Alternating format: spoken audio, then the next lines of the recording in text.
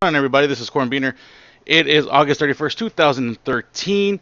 It is a little after 8:30 p.m. here on the West Coast, and I had to make a quick update, a quick shout out to my homie Gio, who actually posted this on his Facebook, and I was so intrigued that I had to click on the link, and this is what it brought me to. We're here at Kickstarter.com. This is a Kickstarter for a game called Mighty Number 9. It is by a company called Concept USA, and the company itself is head up by long famed developer veteran Keiji. Oh, jeez, I'm gonna butcher his name. Keiji Inafune. I hope I didn't butcher it too much. Help me down below with the comments and break it down for me how to pronounce it. But Keiji Inafune is the man who brought you Mega Man, Devil May Cry, Unimusha. I believe he has a couple other ones. That he is Dead Rising. I believe is the last franchise he worked for at Capcom, and he started his own company, Concept, and they had a project in mind. Unfortunately, funding and everything fell through for that project, and he was thinking, how can he actually make a game, create a game that he really wanted to create for the fans, for himself, and Kickstarter came to mind. The name of the actual game is called Mighty Number 9. This is the Kickstarter. It just started today. They were trying to reach 900,000 in goals. This has been up for, I believe, geez, 3 hours, 4 hours maybe.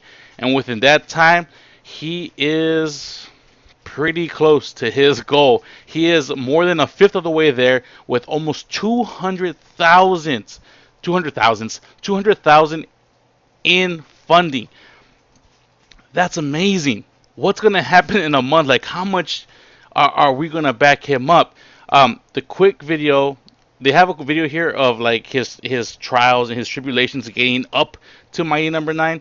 The most interesting part is actually of the feature where they show the hero, Mighty Number 9. こんな幸せなことはないですね。これが私たちとファンの皆様の新作マイティナンバーナインです。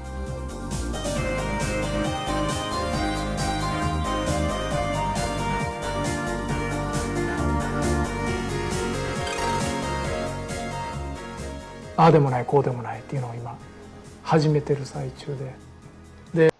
Now, if you want to watch that video, like from beginning to end, it's a little over 5 minutes, and it just basically talks about how he would travel through, the streets of Tokyo, the streets of Japan, and like fans would come up to him like, "Hey, we want to see something similar to, like the Mega Man and blah blah blah." And I guess this is what his next iteration of that formula, but with a whole different story, would be.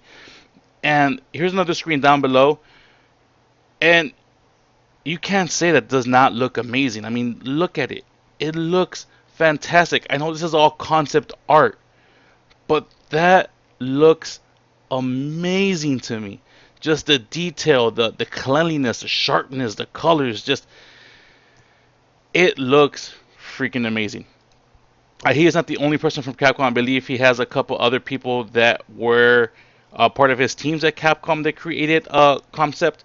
The estimated release date would be spring of 2015. So even after the donations, there's still development time. There's still everything else that will need to be like certification, testing. I'm gonna assume more really straightforward pre-production, but we are at the tail end of 2013. So if he's talking about spring, you're talking about a year and a half. That's not bad. But they do have like every other Kickstarter plan or every other Indiegogo, which Gogoro is actually used. They do have different tiers of what they. Oh look, here's like everything else. You all start dev team. You want to read all this, see who's going to actually touch this game, see if it's even worth donating. Here you go. This is everything here. I'm not going to go through it because this video is already going to be long. I didn't even mean for it to be this long. More concept art, more just everything, and just everything looks freaking amazing. And yeah, so what winds up happening is you have tiers. For $5, you get the mighty number form access. You get name in the credits as a backer.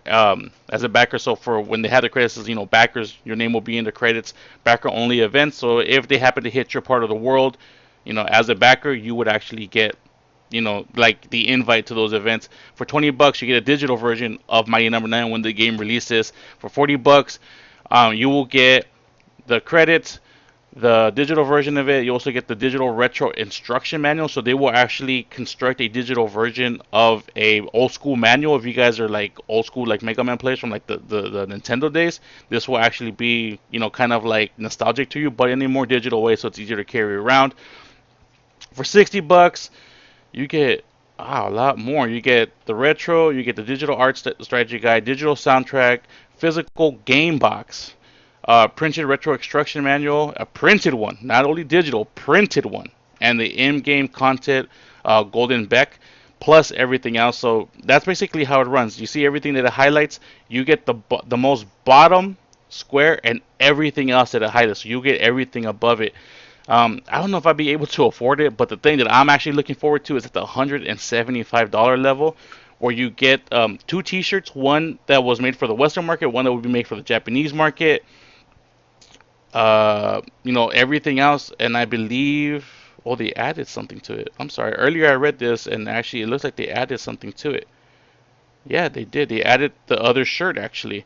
But the enemy mascot plushie. I'm a sucker for plushie. If it's a game that's not really that's gonna come, it's gonna be a collector's item.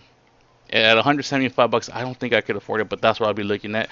At the bare minimum, I will be donating $20. That way, I can pretty much at this moment guarantee my copy of Mighty Number Nine, which you know what? This man's history of game design and lineage speaks for itself. Mega Man, fantastic. Unimusha, fantastic. Dead Rising, fantastic. Everything this man has touched has been fantastic.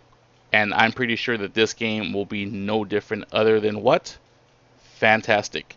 You can go crazy and go up to $10,000. I wouldn't, but if I had $10,000, I'd probably buy a better car.